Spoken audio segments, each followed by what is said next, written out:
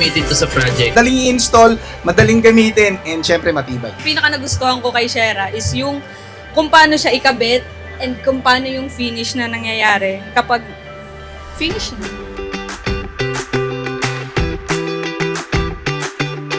Tibay at ganda ng gawang Pinoy! Shera #1!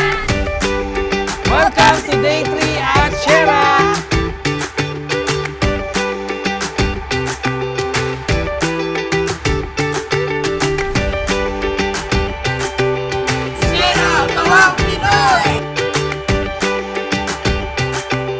Napakaraming products ni Shera.